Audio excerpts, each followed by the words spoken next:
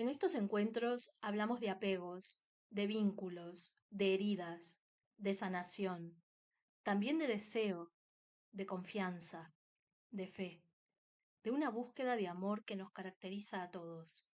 En lo profundo de cada herida hemos visto que hay una pregunta por el amor relacional, por alguien que nos sostenga, por una mirada, por un otro con minúsculas y, ¿por qué no?, por un otro con mayúsculas.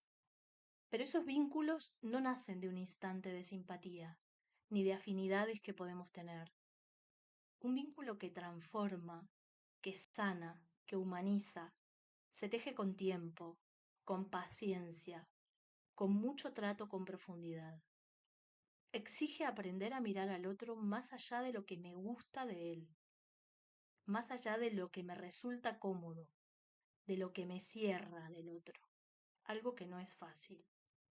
Requiere que me abra a su misterio, porque si nuestras relaciones se quedan en la superficie, si solo aceptamos lo que suma, diría que no hay relación, por lo cual no hay posibilidad de transformación.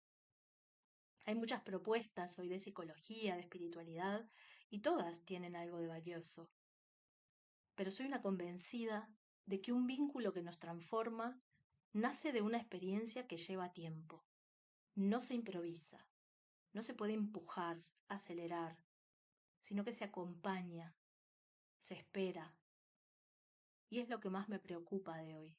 En la era de la inmediatez, en la era de la inteligencia artificial, que en segundos tenemos una respuesta, pensar en procesos lentos parecería que vamos a contracorriente.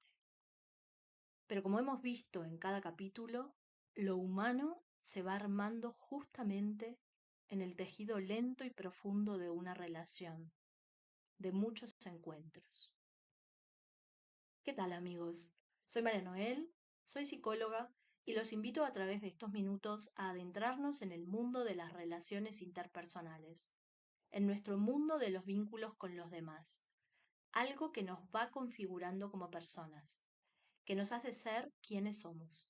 Sí, eso que has oído, nos hacen ser quienes somos, y lo hemos ido argumentando en estos encuentros. Encuentros que hoy llegan a su fin en lo que podríamos llamar primera temporada. Llevamos 8 episodios que verdaderamente agradezco las resonancias que me enviaron, todas las palabras de aliento, y como digo siempre, me compromete más de lo que ya estaba a transmitir esto que fundamentalmente, no con dificultades, intento vivir. Es un hasta luego, pero mientras les agradezco que, si les toca, lo compartan, que hagan comentarios, que me sigan en las redes. Bueno, momento anuncio. Sabemos ya que la psicología del apego nos enseña que nacemos necesitados del otro, que nuestra identidad y capacidad de autorregulación emocional se van a desarrollar en el contexto de vínculos seguros. Lo humano, desde su origen, se construye en la experiencia del cuidado. Esto lo hemos visto. De la mirada, de la sintonía afectiva, de la presencia de un otro significativo. Es justamente en una relación en la que vamos a poder ir desarrollando eso a lo que estamos llamados a ser. Somos relacionales y, como vimos en el episodio anterior, no nos humanizamos solos. Podemos tener una autoimagen amable en nuestra mente, pensarnos incluso como generosos, tolerantes, comprensivos, compasivos, pero justamente es en el vínculo donde todo eso se va a poner a prueba. Nos hacemos humanos en la presencia del otro, en ese que me confronta, que me saca de mi refugio mental donde siempre yo tengo razón. En el yo mimé conmigo somos muy buenitos, todos. Pero cuando nos toca compartir, tolerar la diferencia, reconocer los límites del otro o los propios, es ahí donde se revela quién verdaderamente soy. Y no se trata de estar siempre de acuerdo, eso sería imposible. El vínculo seguro no es ausencia de conflicto, sino es la posibilidad de seguir viéndonos aún en el desacuerdo, teniendo una posibilidad de reparación. Esto no es fácil y muchas veces no se va a dar, y menos con todos. Aún si la conclusión fuera no puedo seguir hablando con esta persona, y el silencio y la distancia es lo que va a quedar, es siempre importante que nos preguntemos cómo me vi en ese vínculo, cómo actué, dónde me ubiqué emocionalmente. A veces creemos que el otro me hace daño porque se enfada, me habla mal, me dice algo así medio duro, pero la verdad es que el dolor que siento, esto lo hemos visto en otros capítulos, muchas veces no nace en ese momento, sino que toca algo que ya estaba en mí. Es como que si el otro, sin saberlo, tocara una herida antigua, histórica, biográfica, o como se dice, ¿no? Metiera el dedo en la llaga ya está.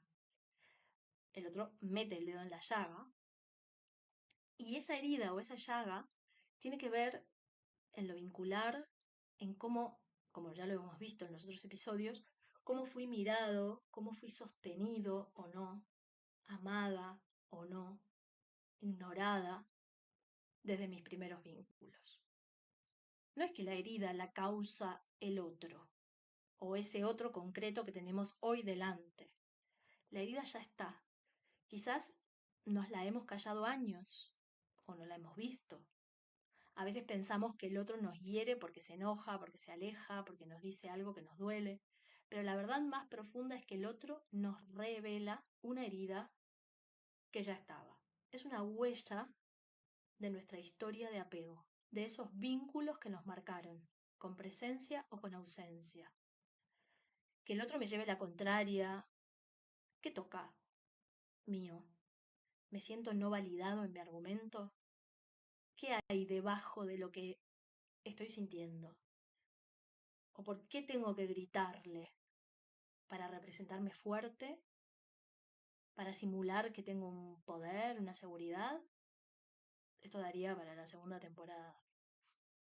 Pero cuando alguien me rechaza, me ignora, me critica, me desconcierta, activa una cantidad de emociones que ya se despiertan, las tenemos. Me conecta con aquella vez que no me vieron, con aquella vez que no fui lo suficiente para otro.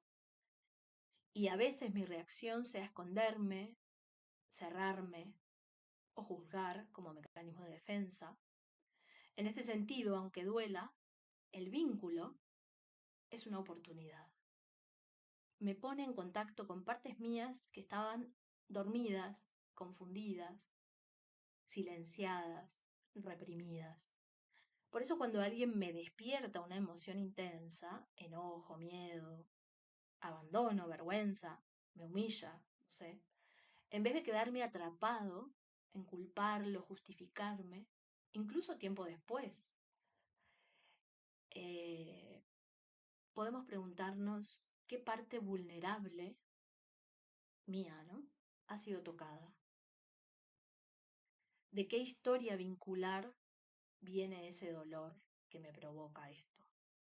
No porque todo esté en mí, evidentemente que no, somos relación, sino porque el vínculo es el lugar donde mi historia interior se va a desplegar, lo hemos visto.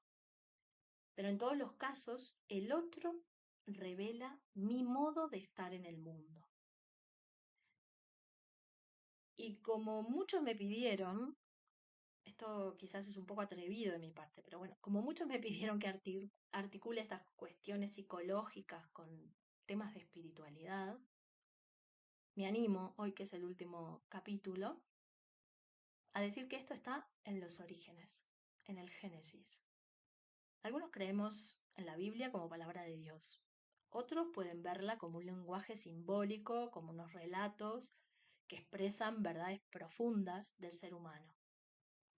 Para algunos puede ser inspirador, para otros puede ser valioso desde lo literario, lo psicológico, como se pueden leer quizás determinados mitos No se trata de creer o no en que sucedieron literalmente esos hechos, sino justamente en reconocer que esto no sucede.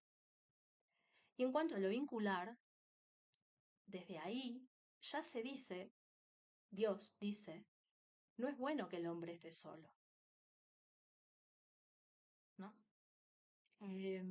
Creó animalitos en la tierra, pero hasta que no llegó alguien como el hombre, como Adán, que era lo primero que había creado, Adán dijo, cuando se creó Eva, esta sí es carne de mi carne, o sea, es como yo. Mi amigo Maxi lo cuenta buenísimo este hecho. Compartimos con esta persona, comparto, Adán y Eva eran carne, era de la misma carne, eran iguales, podemos relacionarnos. Es la única criatura creada semejante, que elimina la soledad y positivamente crea comunidad. Así se despierta, se fortalece, así va creciendo nuestro ser relacional. Una vida que se va a construir, como hemos visto, en el fundamento de la atención mutua. Y de repente hubo un corte entre esas criaturas creadas por Dios y Dios. Y Dios lanza una pregunta que hoy nos puede seguir resonando. Una pregunta fundamental de toda existencia. Y le dice, ¿dónde estás? Esta pregunta no es geográfica, es existencial.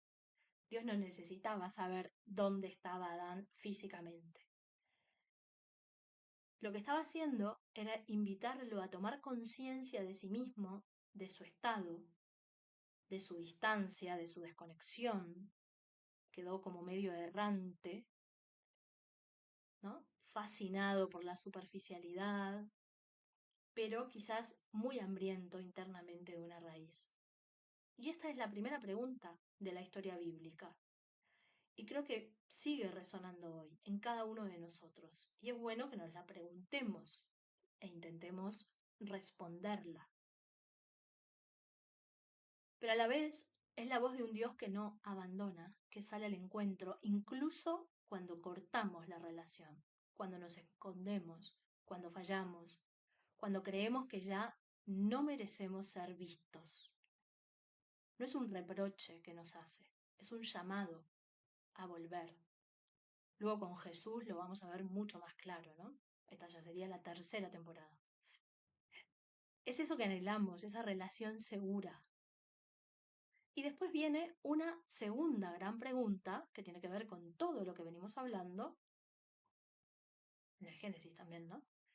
Que es profundamente relacional y conmovedora. Después que Caín mata a Abel, Dios le pregunta a Caín, ¿dónde está tu hermano? Esta pregunta no es una acusación directa, sino un llamado a la responsabilidad relacional. Cabemos todos, no hay que eliminar a nadie, porque no cabe. Cabemos todos, todos, todos, como dijo el Papa Francisco, ¿no? Como el otro me molesta y quiero acapararlo todo, lo aparto de mi vida y lo mato. Lo mato de muchas formas, ¿no? No biológicamente, sino que lo mato de muchas formas, con la indiferencia, con la ley del hielo, con el contacto cero, con lo que sea, ¿no? Entonces, ¿qué se ha hecho de ese paraíso del compartir, de las relaciones mutuas, de la solidaridad? ¿No? Nos podemos también hoy hacer esa pregunta en esta nuestra casa común. Somos como Caín, que es homicida, ¿no? Que mata y que a la vez no se da cuenta, pero es suicida, porque se queda solo, cautivo de esa insolidaridad, de esa soledad. Entonces, así como ¿dónde estás? Confronta a la persona consigo misma, ¿dónde está tu hermano? Nos confronta con el otro, con el lazo, con el impacto que tienen nuestras acciones en la vida del otro. Es una pregunta de amor, de ética, de vínculo.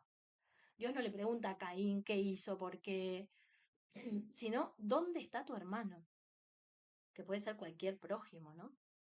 Como mm, lo más importante es no crear o no creer que es un rival el otro, ¿no? Que el hombre, por creación, a imagen y semejanza de un Dios amor, es relación, es amor, también como Dios, ¿no? A Dios lo definimos como amor y el amor es relación. Las personas deben volver o debemos volver a nuestro hogar relacional. Incluso la espiritualidad verdadera no se trata solo de mi experiencia interior, que nos mantendría quizás en una posición solitaria, sino de cómo me posiciono frente al otro. La relación con el otro va a trascender lo visible y palpable. Y al final no queda otra, pero nos vamos a hundir en el misterio, porque la relación interpersonal es mística. Lo tenemos que ver así. Mística que quiere decir que toca el misterio. El otro se me escapa. Y yo a mí mismo. No hay psicología que nos abarque. Esto son pistas, pero no podemos capturar al ser humano. Y si lo cerramos al otro, o incluso nos cerramos a nosotros mismos como algo que no tiene ya más novedad, siempre fui así, o el otro siempre fue así, no va a cambiar ahora, ya te conozco, ya sé lo que me vas a decir, ya sé cómo sos, nos cerramos a la esperanza de cambiar, de que haya novedad, nos cosificamos. Así que solo lo alcanzo y me hago alcanzable con una mirada amorosa, que tiene que ser en fe, en confianza en el otro, en amor, que es vínculo, que es relación, y con una esperanza de estar siempre en camino, porque nunca llegamos. Y esto, fe, esperanza y amor, son virtudes teologales, que son llamadas así porque vienen de Dios. Son un don. No nacen de nuestro esfuerzo, sino que Dios mismo las siembra en nosotros, en todo hombre, en todos. Y toca con todo lo que venimos viendo. La fe no es solo creer que Dios existe. Si no queremos hacerla vertical, por decirlo de alguna manera, la hacemos horizontal. Es confiar, es atreverme a apoyarme en otro, a no cerrarme sobre mí mismo.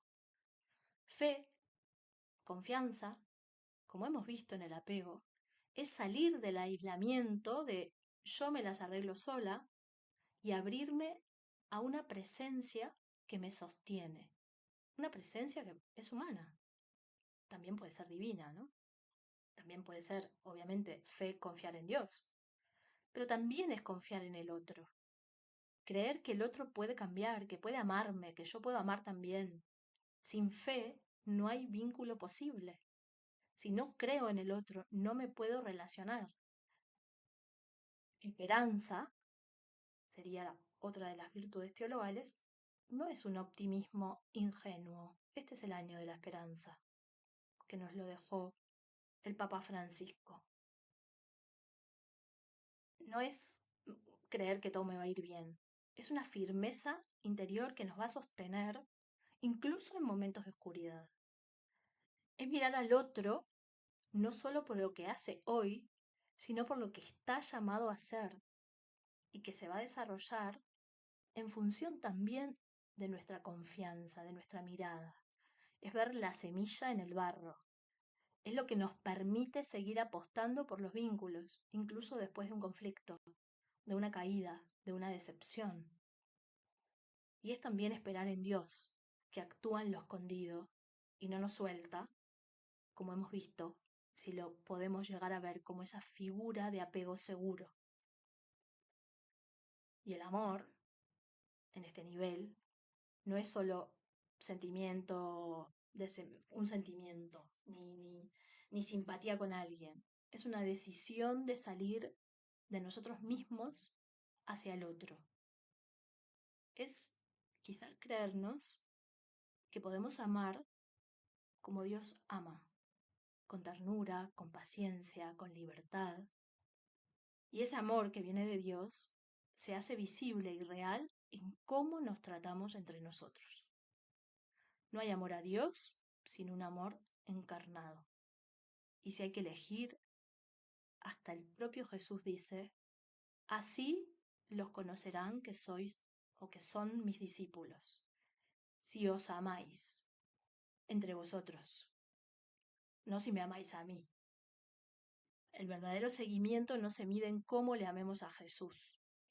Qué diferencia, ¿no? Con muchos líderes que se llaman de hoy en día. Si os amáis entre vosotros. San Juan de la Cruz, santo carmelita descalzo, fundador, tiene una frase bastante conocida que dice, a la tarde nos examinarán en el amor. Y esa es la misma línea, no en el amor a Dios, en el amor a los demás. ¿Has amado? ¿Has ayudado al que estaba caído? ¿Y por qué? Se pregunta el mismo, ¿no? ¿Por qué nos van a examinar en el amor? Esto también es evangélico, ¿no? Lo dice Mateo 25. ¿Por qué nos van a examinar en el amor? Porque Dios no conoce otro lenguaje. Solo conoce el lenguaje del amor, porque solo es amor. Entonces, no por un mandato de que tenés que amar al otro, sino porque al final esto es lo que nos hace ser plenamente humanos. Nos lo dice, como hemos venido viendo, la psicología, las investigaciones, la ciencia. Todos podemos hablar de amor. Una cosa es el sustantivo, amar, sobre el que se dice cosas, se teoriza, se escriben poemas muy bonitos, canciones.